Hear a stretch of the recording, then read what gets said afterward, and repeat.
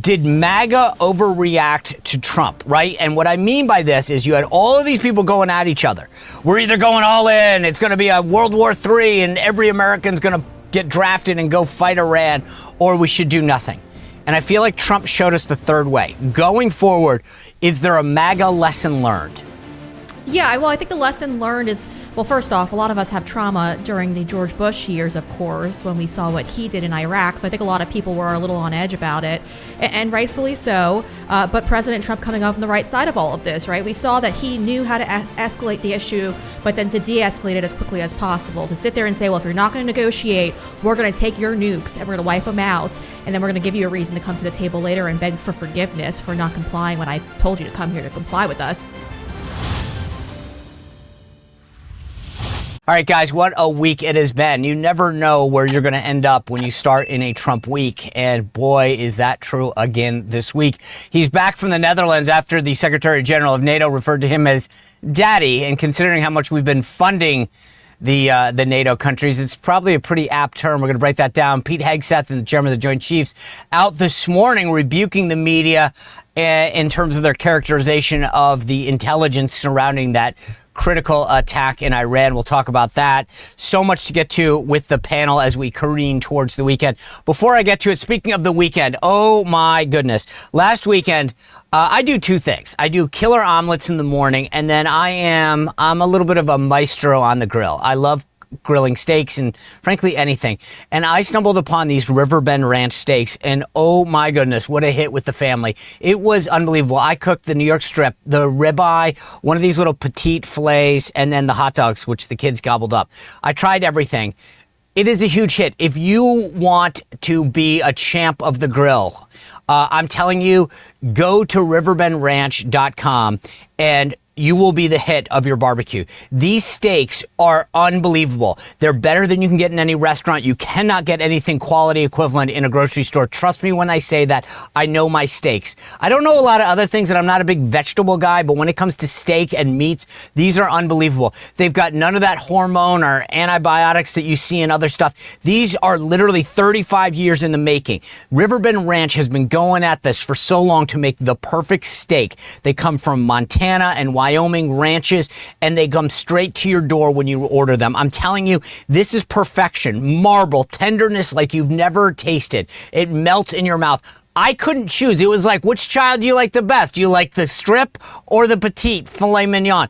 I don't know. And if you're a hot dog lover, and I am, these are epic. So you can't buy it in a grocery store. Like I said, they're shipped directly to your home. You get a much better price by going through Riverbend Ranch directly than some kind of middleman. Order directly through them. Go to riverbendranch.com. Use promo code Sean. I spell it the right way, the Irish way, SEAN, and you get $20 off your order. I even ordered myself. That's how much I love these things. Riverbendranch.com, code word Sean. Get ready for the 4th of July. Order right now. Trust me, you will not go wrong. And speaking of that, after you're done with your big Riverbend Ranch steak, what do? You probably want to sit back, relax a little, and then get ready to go to bed. That's what I did the other night. And you know what I do before I go to bed every night? And I tell you this, and I'm back on the cocoa cinnamon. This is my Beam Dream powder. Every night, this has now become part of my routine because I used to try like melatonin, magnesium. I took the different pills. Now in one amazing drink, it all comes together. All natural stuff, reishi, apigenin, L-theanine, melatonin, all in this. All the flavors. Last week I was on the brownie kick.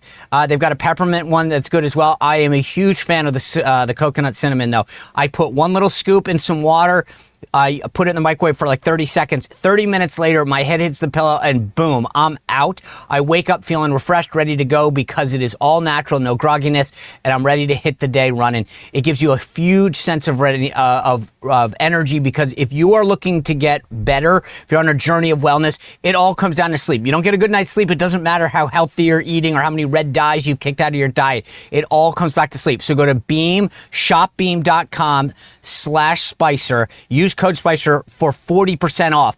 This is so, like, in the world of tariffs, you can't get a better deal than this. If you want a better night's sleep, go to shopbeam.com/SPICER, use code word SPICER, and join me in supporting a great American company, investing in yourself, and getting a better night's sleep. All right, it is Thursday. It is my honor to introduce the all-star panel of the week. Our friend at WMAL and the senior policy analyst at the Women's Independent Forum, Patrice Onwuka, the gentleman from Philadelphia who now covers the entire world through the Salem Radio Network, Chris Stigall, and new to the show, the big addition, Brianna Morella, the host of the Brianna Morella Show. Welcome. Great to have you join us.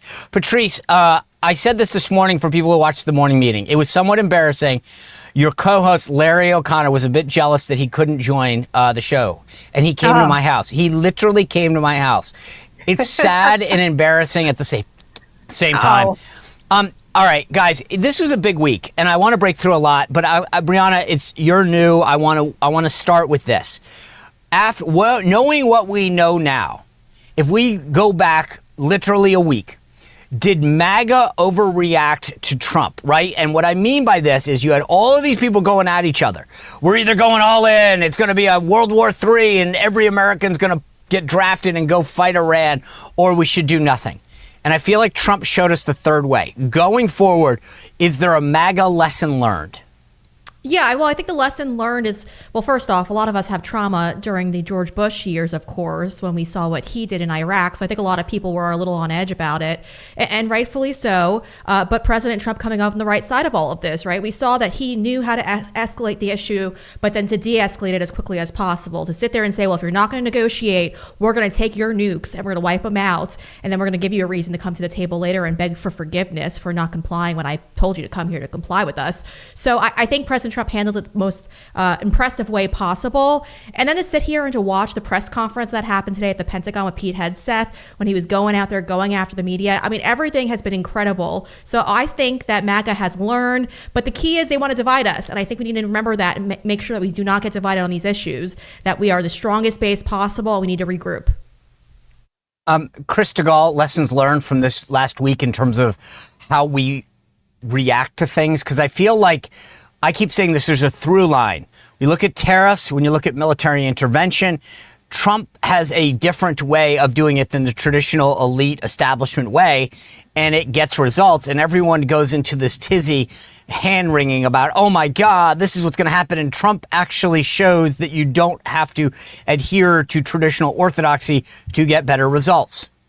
You know, I'm going to say something that may not be very popular, but I think there's a healthy amount of cynicism inside our tent. Those of us particularly that do, not present company, of course, but I'm talking about some that are in media, in the media space, in an era where Trump is just winning, and is firing on all cylinders. Maybe it's not as interesting for some inside our tent to do a show that just celebrates his excellence. They'd rather find some kind of contrarian point of view. I don't know how authentic and genuine it was. It's been very frustrating. My position has always been trust Trump until he gives us a reason to not. And he has demonstrated again there was no reason to not trust him. I never gave up on him or doubted it. And I always kind of questioned the sincerity, quite frankly, of a lot of people who were suggesting that he was being dragged into a foreign war or that Israel was leading him around by the nose. Trump's never given us any indication that's who he is. He doesn't want us entangled in messes. He doesn't want our troops on the ground. He never said he did. I've always trusted that. And I, again, kind of question the sincerity of people that suggested otherwise. Can I jump in here, Sean? I think what we saw here is that there is a new class of influencers, gatekeepers in MAGA world. And these folks have pretended, they've said that they're really close to President Trump and in fact can represent what MAGA is and the agenda.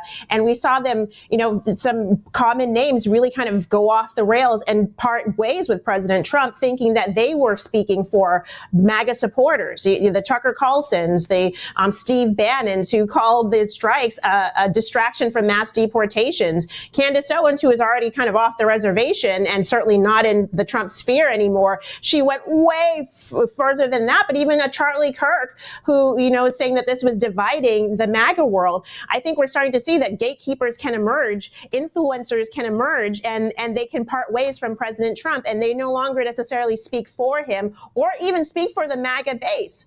Because Sean, wait, hold on.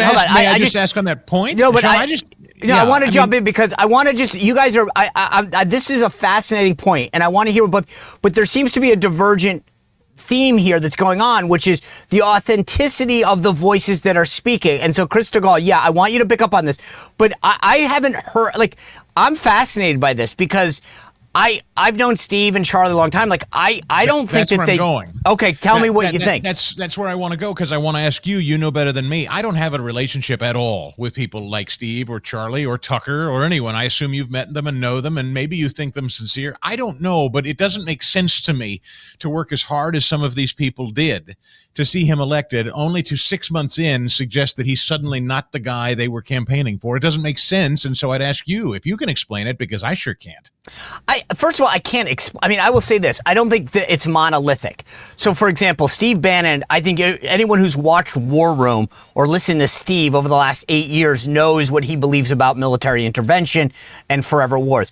I think Tucker is in a league of his own, so to speak, when it comes to this as well. And same with Charlie. But I also don't think that they were questioning Trump.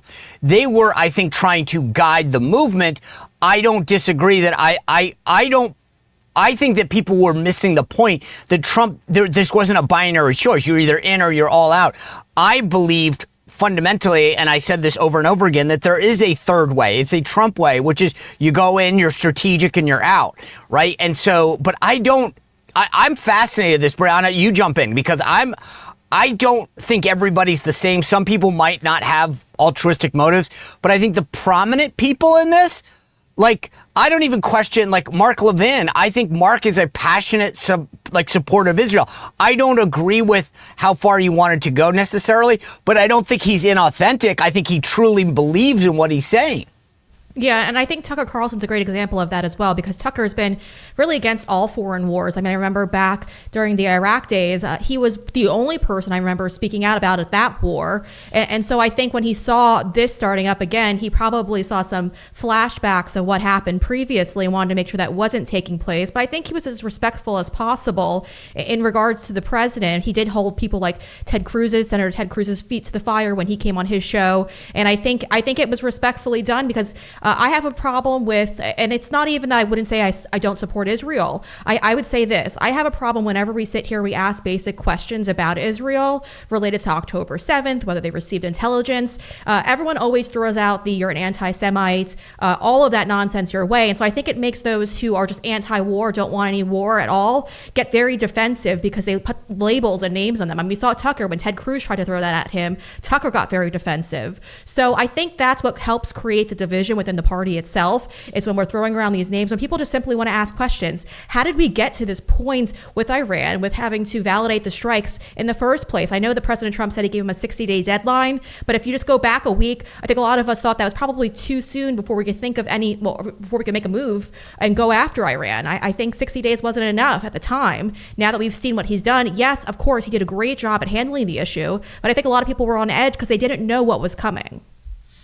It occurs to me that so often we are, as Brianna said, we're boxed into this kind of binary decision making, that we've either got to be 100% jingoistic, let's go in hard charging, boots on the ground and get in a meat grinder of a war, or be an isolationist island guy. I'm neither of those, and I resent being pushed into either one of those, and I don't think Trump is either of those. I don't think Donald Trump sets foreign policy because Mark Levin tells him to. I think that is a wholly disingenuous position to take. Donald Trump is his own man. In every way, he's been his own man. He's made unique decisions, for the better or worse, many times in his first term and this one. And I think Trump has been through entirely too much to discredit his decision-making to listening to some guy flapping his gums on talk radio or cable news. Donald Trump's his own man. He knows what he thinks. He's always told us what he thinks, and he acts accordingly. I would agree with you guys. My point is that there are folks who are going to agree with him and disagree with him. But I think some of the folks that I listed off there, I think represent. We'll see how this plays out with this particular issue, or if there are other issues coming up down the line. But I do think it's interesting that the MAGA base is 180%. Quinnipiac poll yesterday just found that 80% of registered Republicans support President Trump's strike, and 80% that think that this will make things America safer as a a result of these strikes in Iran. So, I mean, I think there could be a little bit of a divergence between some of the influencers who have positioned themselves as speaking for MAGA versus the MAGA base themselves, who are very much aligned with President Trump, but not necessarily going to always be aligned with the people who purport to represent what the MAGA base is, or to be the spokespeople for it. There is an age divide. I will just point out briefly, as you understand, the young, particularly younger men who have come aboard the MAGA movement, the Trump voting coalition that's been built, the Joe Rogan audiences, if you will, some of the alternative media audiences that skew younger. We have seen that. I mean, I know this just anecdotally from my own 20-year-old son, who has a lot of buddies who were listening to the Steve Bannon crowds who were all saying that we're getting involved in a war because Israel wants us to. And I've had long conversations with my 20-year-old son about this and explaining to him that, again, it's not black and white, and it does not have to be we're in a 20-year ground war or we do nothing at all. And that's what I think we all ought to resist, quite frankly. So before we move on, there's two lessons learned that I took away from this week. The first is, and this is kind of what, whether you like them or not, and I'm not going to name any names, but like, think about who you're listening to, because there's a lot of people who said a lot of things over the last week. Some of them you may agree with, some of them you may not. But I think that there are people that were right about potential outcomes and some people who weren't. That's to me the big sort of number one. And number two is sort of a riff off what Chris Tegal you were saying, which is a lot of these issues people want to paint as very binary or black and white, and they're a lot more complicated. And with whether it's trade and economics or tax policy, whatever, everyone wants to say you're either for it or against it or black or white. And the issues are generally not that easy. There's a lot more complication. But Brianna, I want to go back to something you started with at the beginning, because there was this big press conference this morning. And one thing that's not getting covered that I guarantee you, if this was a Democratic administration, it was. Dan Caine, the chairman of the Joint Chiefs this morning, talked about the crews aboard those planes that manned that mission, and who they were. And I want to play a quick clip for this. First, on Monday, as the president has stated, on Monday morning we began to receive indications and warnings that Iran intended to attack U.S. bases in the region. That morning, building on the work that CENTCOM Commander Eric Kurilla had done, and on the orders of the president, at Al Udeid Air Base in Qatar and around the region, we assumed a minimum force posture. Most folks had moved off the base to extend the security perimeter out away from what we assessed might be a target zone, except for a very few Army soldiers at Al Udeid. At that point, only 2 Patriot batteries remained on base, roughly 44 American soldiers responsible for defending the entire base, to include CENTCOM's forward headquarters in the Middle East, an entire air base, and all the U.S. forces there. The oldest soldier was a 28-year-old captain. The youngest was a 21-year-old private who'd been in the military for less than 2 years. So let's put ourselves out there for a second. Imagine you're that young first lieutenant, you're 25 or 26 years old, and you've been assigned as the tactical director inside the command and control element. You, at that age, are the sole person responsible to defend this base. Brianna, I want to bring this back to you. When you think about the mission of the pilots who did this, and the strength and character and fortitude of the individuals that protected that base, I don't think that we're getting the story of the full story of the might, the precision, the effectiveness, the coordination that the U.S. military pulled off in the last several days. It's mind-boggling. No one's writing any stories of it, doing any profiles on it. And it's a sad state, because I got to believe, and maybe I'm just being cynical, Brianna, but it's like if anyone else was doing this but Trump, they'd be praising their leadership and their coordinating and whatever. But because it's Trump, we can't give any credit. Yeah, if you remember during the Biden regime years, there were so many pieces of data out there, so many pieces of information out there that show that our military wasn't prepared when we were sitting here and helping Ukraine, and we should be keeping our own weapons. And there was so much information coming out about that. Unfortunately, the mainstream media didn't publish it because they didn't want to put a black eye on the administration. And like you just said, Sean, now that we're seeing all of these victories for President Trump, they're not reporting on it fairly. They're not sitting here and giving these people credit when credit's due. They're looking for an ounce to dispute what the president's saying, what the administration saying. And you saw Pete Hegseth up at the podium earlier today battling it out with members of the media because they didn't want to accept this victory for what it was worth and what it was a victory. And whether you were for it or against it, you have to sit here and admit this was extremely impressive. The fact that there was no casualties involved on the U.S. side of any of this, it's very impressive. It's very impressive. And the fact that Iran just days later tried to respond by attacking our base in the Middle East, and they failed miserably, I think it really showed the American people that Iran really isn't a serious threat anymore because they just failed at responding to what President Trump did on last Saturday. And you know what else it was, Sean? It was a brilliant strategic strike on legacy media. And let's just be honest, what they are really ticked off about is that this White House and this Pentagon pulled off a masterful operation and none of them knew a second of it. And that frosts them because they're used to being in the know. They're used to having leaks. They're used to having inside sources, and they didn't get an inch of any of it. And they're mad about it, and they're trying to exact revenge now in this hatchet job reporting. And I'll just say this about that. Where were any of these jackals when Lloyd Austin walked off his post for cancer surgery and didn't tell anybody? Where were they? I want to know. Why weren't they curious? Why haven't they been curious about 13 dead service personnel and that botched withdrawal from Afghanistan? If any of these jackals had even a modicum of the curiosity they have now for this brilliant strike on one day, one calendar day that didn't harm a single serviceman, if they had any curiosity about the past administration, we'd be better off as a country. Patrice, the Secretary of Defense, Pete Hegseth, made it very clear, like this whole CNN, New York Times BS story about the intel, like he teed off on it this morning. And I think to Chris DeGaule's point, like undermining the significance of this, I want to play you a little bit of what Pete Hegseth said at that press conference.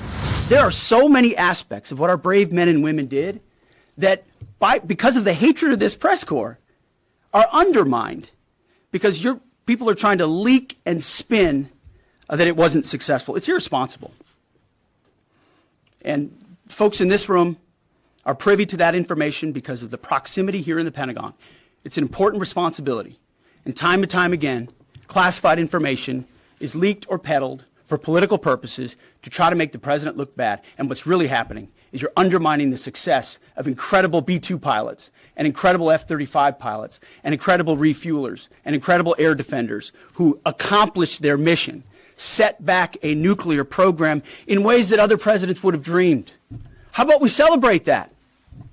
How about we talk about how special America is, that only we have these capabilities? I think it's too much to ask, unfortunately, for the fake news. So we're used to that.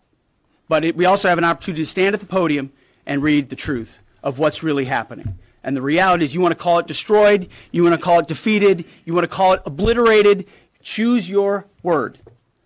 This was an historically successful attack, and we should celebrate it as Americans. And it gives us a chance to have peace, chance to have a deal, and an opportunity to prevent a nuclear Iran, which is something President Trump talked about for 20 years, and no other presidents had the courage to actually do. So, Patrice, they're not giving them a pass. I mean, they're coming straight at them. And I'm happy about it because I think it is sad and pathetic that we haven't reflected on how great of a mission this was and the men and women who made it possible. You know, two things stuck out to me watching that presser this morning. Number one, the tack that Pete Hegseth took against the media is what we had seen President Trump do all of his first term, which is take them on one by one, by himself. Now it's a reminder that he surrounded himself with cabinet members who are formidable for opponents against the media and more than willing to call them out, not just play nice, for the sake of the cameras or for the sake of just being nice or camaraderie outside of, the TV cameras. Secondly, I think we're going to see very different press conferences led by generals. I mean, General Caine, he provided an interesting comparison to how Secretary Hegseth delivered his comments. Secretary Hegseth, wasn't necessarily political, but was definitely very much combative. Whereas the general said, these are the facts. And he went back and laid out the history, the fact that this was a 15-year-long mission. People have dedicated swaths of their lives toward making sure that when the president made the call for the B-2s, is that right? B-2s Yep. to be sent out, that it was ready to go. The missions had already been tested before, and that it was go time. And I think providing that kind of context and then coloring it in with illustrations from the individual people and their families and how they were impacted, I think really creates a narrative and a story that we're not used to. But I think it certainly puts a face on the military and all of the support staff that go into ensuring that these military strikes are successful. Because in the past, we would just say, okay, we would hear that these numbers of bombs were dropped. These are the targets that were hit. And that was it, very flat. And I think it's honestly a holdover from the idea of storytelling and the personal side of the story needing to be very much a part of how you deliver the policy message or the agenda of what's being presented. Sean, I'll also add, I'd like an after-action report on Pete Hegseth's career at Fox when this is said and done. He and Jennifer Griffin from Fox got into it big time, and he called her out as maybe the biggest liar in the reporting over the weekend. She got mad about that. I don't know if Pete, maybe he's not interested anymore, but I don't know that Pete's going to be warmly received back at Fox again when he's done. I wasn't going to go there. But I got to be honest with you. Just so I'm clear with the audience, I'm not a big red on red. Not that Jennifer Griffin is a as I don't know what her politics are, but I just don't. I've never been a big fan of, like, unless you are a full-on leftist. Like, that's just not my thing. But I'm with you, Chris DeGaulle. Like, I was a little like, whoa. I guess they're not going to be going to the company party together ever again. Well, also keep it. Jennifer Griffin was the one who wanted to exclusively cover the fact that when I think Pete had said, our guys, she wanted to include the fact that there was one female pilot. That was a big deal for her, breaking news. So I think Pete has a reason to be a little upset. Can I ask you, Brianna, and then I'm going to ask Patrice. I get when Pete used this. Like, I know some people, especially in this day and age, like, I don't think he meant it derogatory. And I'm with you when I saw that he was like, oh, good for our guys. Like, I knew it because a New York Times reporter at the time was like, technically 20% of pilots are women. And I'm like, he wasn't trying to be, this was not, I'm a dude. I get it. I identify as a man.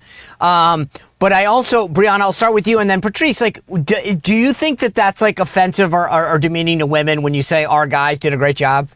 No, it's not. I worked in sports prior to jumping into politics, which I know is a really weird transition. But, when I was working in baseball or working for hockey, I would always just kind of get it misgendered. It was always guys, hey guys. And I never cried about it. I never got upset. I didn't care. It's a team thing. It's just kind of a team word. So I don't know why people get so sensitive about it. Patrice, do you get offended when people, because I go, hey guys, let's go. We're going to lunch. Or, hey, hey guys, great job today. Like, I don't mean that like gender. It's colloquial, like, hey team, hey guys. Like, and when Pete said our guys did a great job, I felt like the New York Times had to, it was almost like they were waiting. Oh, we got him.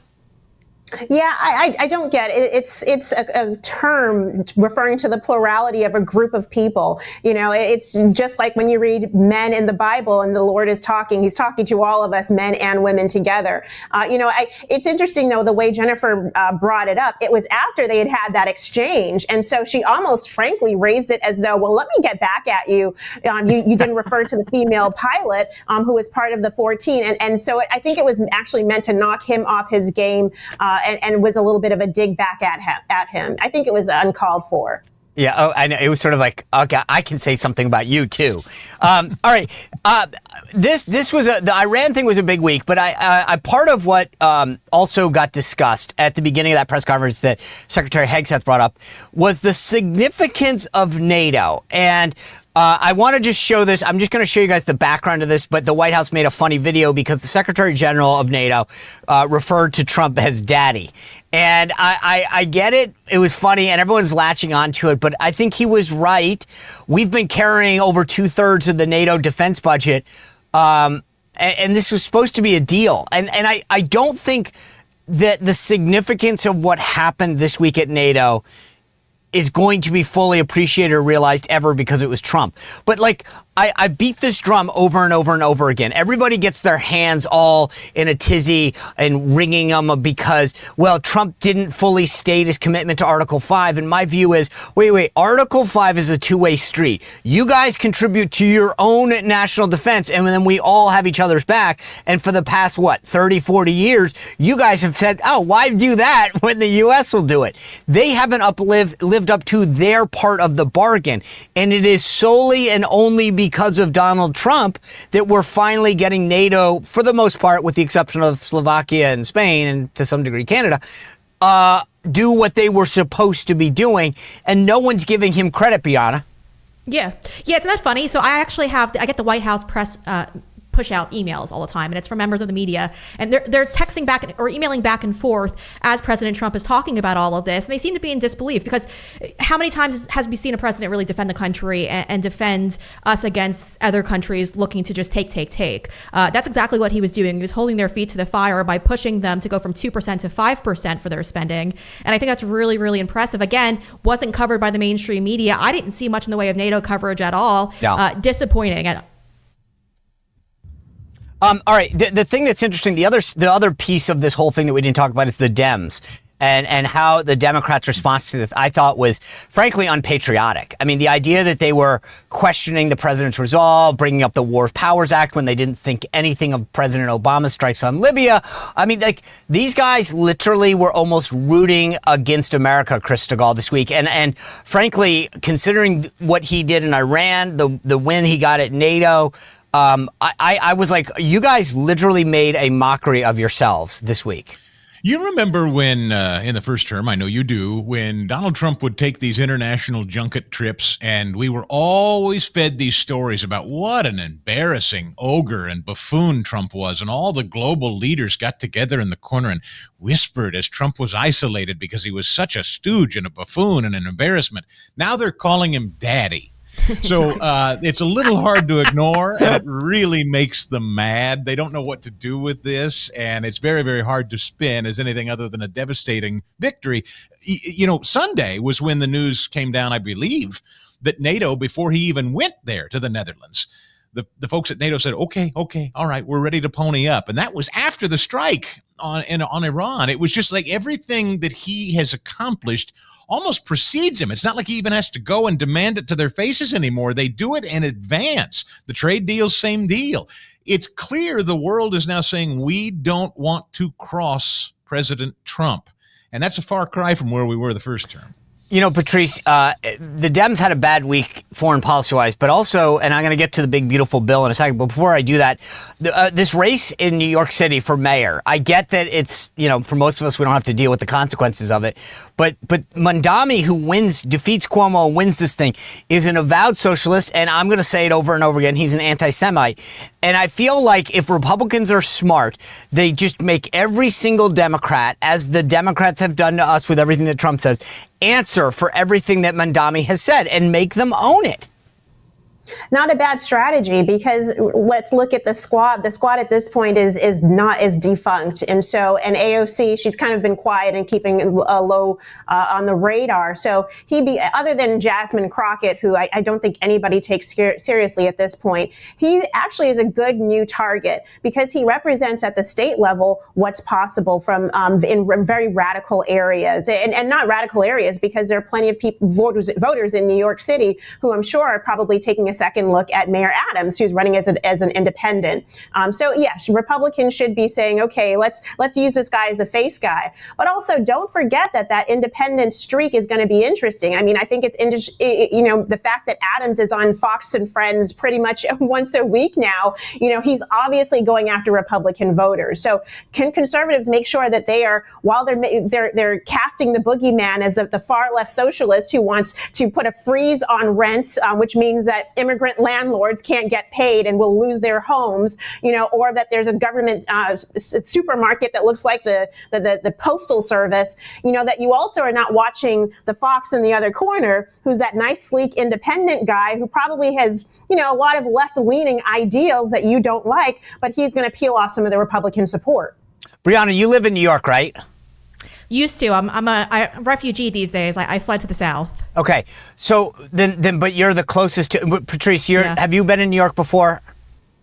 Yeah, many times. Okay, no. I mean, I know Stegall, he's Mr. Pennsylvania, so I'm not even going to ask him. Well, no, you should be proud of that. I'm trying to get some local knowledge in here. So I just figured, Brianna, two things. If President Trump called me and said that, look, I watched the panel today. You're a New Yorker. You've been a New Yorker. Should I endorse, kind of to Patrice's point? There's one play that says, even though Curtis Sliwa is running as the Republican, should I endorse Adams as the hedge against Mamdani? Or because there's a lot of people I talked to that said love Curtis Sliwa, he can't win. Whether or not that's true or not, I'm not trying to judge. But what would your tactical strategic play if Trump said, should I throw my weight behind Adams to get him to pull out a victory? Yeah, well, Curtis did lose to Adams the last time around with I think he lost by 60% of the vote. So it's a massive L for him. Now, in regards to Eric Adams and a potential endorsement or getting behind him in any capacity, I'd probably tell him to stay away from it. Really? Because New York City, they do not like President Trump. That's just the reality. If I'm from Long Island, so Long Island, upstate New York, we usually swing moderate red is usually how it goes. And so we're held captive by New York City because of just their disliking for President Trump. And so our politics in New York have always swung left because that's how much they don't like him. So I'd probably tell him to sit this one out. He could sit on the sidelines for now because he will use it to jam up Adams and to get people to go out and vote. All right, Chris Stegall, here's my question for you. Would you rather, as a strategist, say, get your weight behind Adams so that he wins and it's the devil so to speak, or let Mamdani win and then use him as the foil because he's so nutty leftist? Yeah, it's a great point. Could his Frankenstein political monster mind, could it actually be used as a weapon in the midterms next year? You see, this is what you'll get if you support the Democrats. He could be, the poster child for the failed policies of Democrats and used that way politically. I think Brianna's probably right. Trump doesn't really need the baggage of New York City politics. No. But take that back. I mean, forget Trump for a second. I get Brianna's point. But just from a strategic point, if you could choose right now, wave a magic wand, and Eric Adams becomes mayor again, so you save New York from Mamdani and all of his socialist leftist policies, or you say, hey, if this guy gets elected, he becomes the boogeyman for us to run against and to make every Democrat account for. Which would you rather have as you go, for the next 2 years? Yeah, no, it definitely would be the latter. I mean, everyone already knows that. I mean, that's why, Cynthia Nixon, that actress, she's it's these, my friend Bonchi at Red State made this point that it's Stephen Miller had said something from the White House that this is what happens when illegal aliens can vote. True, but we shouldn't forget that it's educated white wine-drinking women on the left that help empower this kind of thinking too. So using this as a prosecution for failed leftist policies, you're right. It could very well be an effective message to drive home. So maybe you hate to see a great city like New York fall. You hate to see that. I do. It's a lovely city, but gosh. Patrice Onwuka, in the past, the folks in Florida have encouraged New Yorkers to come down there and law enforcement to get jobs down there. This was Governor Ron DeSantis when asked about Mamdani. Take a look. If this socialist mayor candidate wins in New York City, you're going to see real estate values skyrocket even more in Palm Beach because people are going to get out of that city.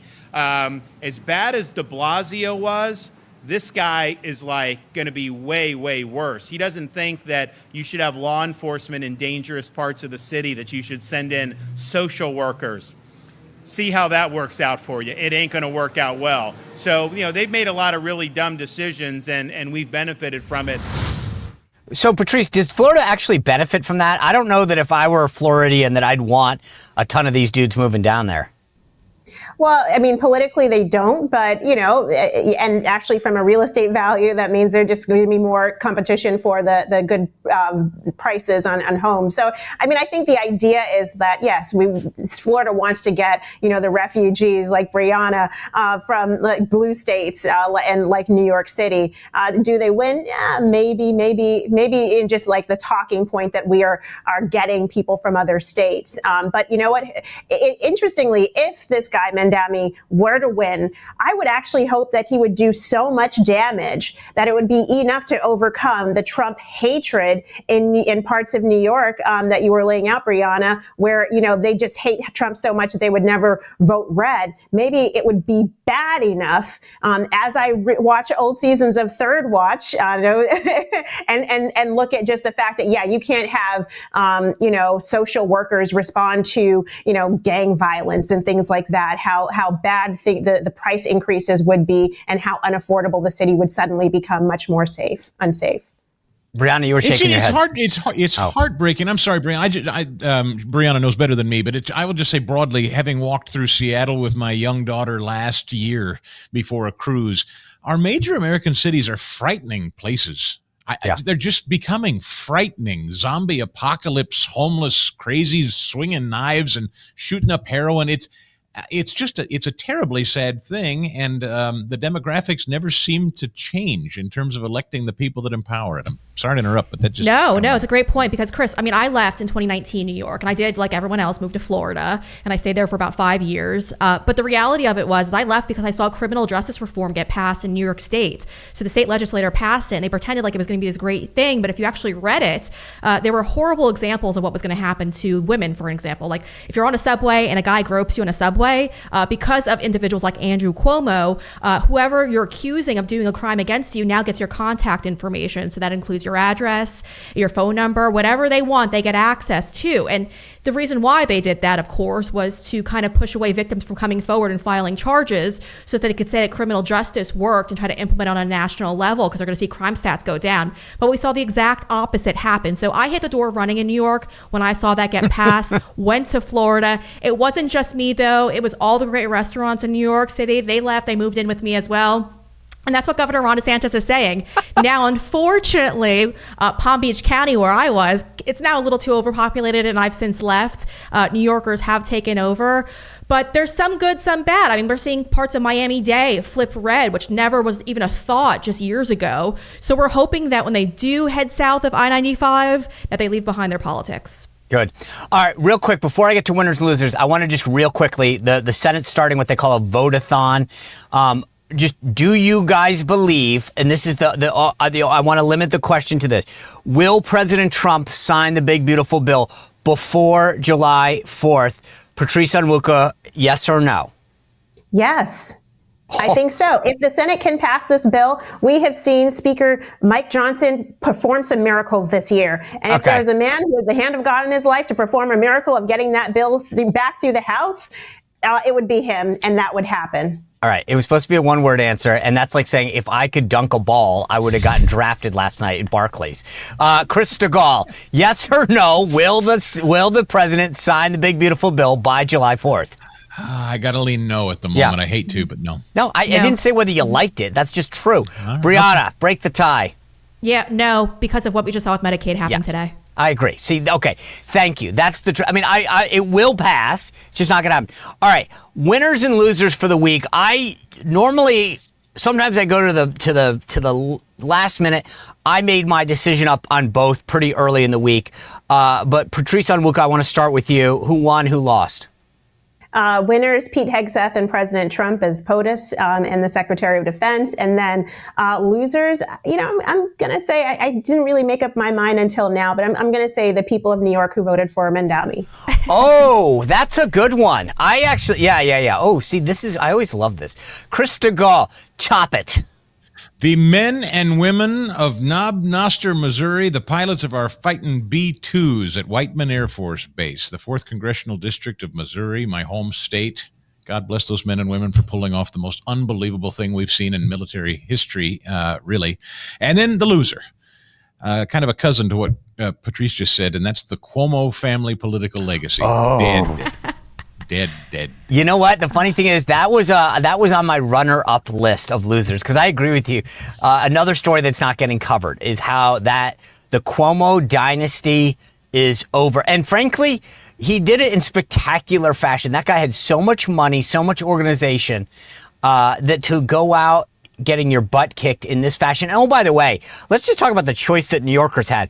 A scandal-plagued former resigned in disgrace governor or a nut job socialist that's 33 years old. Not great. Well, it turns out when you kill a bunch of old people, I was gonna say that. It's hard to run again and win, right? Yeah, that's sort of, by the way, I will say this. Mamdani, as much as I don't like his policies, that one clip that he has where he gets up and he says, I'm not the guy who did this. I'm not the guy. And he just lists all of Cuomo's things I thought was beautiful. Brianna, bring us home. Who do you think won and who do you think lost the week? President Trump is a big winner, so is Pete Hegseth, I have to say. Loser, Jennifer Griffin. And we all know why. Wow. That's not even a hesitation. You came out, and this week I will say there was a lot of contenders for both. So I will say this: as much as I agree with every one of the winners, I think Krista Gall stopped a little short because he's just so quick to praise what goes on in Missouri. It was a joint operation. Remember, there were some tomahawks fired from a submarine that the United States Navy contributed. So my winner of the week is the U.S. military. I think it wasn't just, I'll give Air Force credit. They did drop some bombs, and they did have to, as a guy who has to go to the bathroom every 5 minutes, I will say the idea that that 35 hours, man, that I would have been like, can we go back? Those B-2s, we only get to see those B-2s fly over stadiums usually. We don't get to see what they actually do. That's kind of cool. Right. It was cool. So I will just say this. And then obviously what Chairman Caine said about what was going on out at that other, the base in the Middle East when those soldiers stood guard and they knew there were shells coming. I mean, it's just all over. We saw the greatness of the men and women that serve in our military this week. And frankly, that, Army, Navy, Air Force, and the Marines are a division of the Navy, as they know. So that we'll give them their due there. My loser of the week, though, is Dem leaders. And I think we touched on it. But the bottom line is these guys beclowned themselves all week, from the people they chose to lead New York to the reaction they had to President Trump's strike on Iran. They made fools of themselves. So that was not a tough call for me. Anyway, I appreciate you guys being with us. Always love the Friday panel. It's so much fun. Tomorrow, guys, we have a great show. Mick Mulvaney will be here with us, former White House Chief of Staff, Freedom Caucus founder in the House, to break down where the big, beautiful bill goes today. The president had a big event earlier today in the East Room to get support for it. We're going to break down where the Senate is, how the House is going to react to the Senate, the finagling that's going on there. Plus, a look at the media coverage of Trump in a way that no one else is going to show you. Trust me, you're going to want to see this, demystifying all of the false narratives against President Trump in a way, from a source, rather, that you are not going to believe. Anyway, thanks for being here. Thanks for spending your Thursday with us. We look forward to ending your week tomorrow on Friday with us. Have a good night. We'll see you back here tomorrow on The Sean Spicer Show.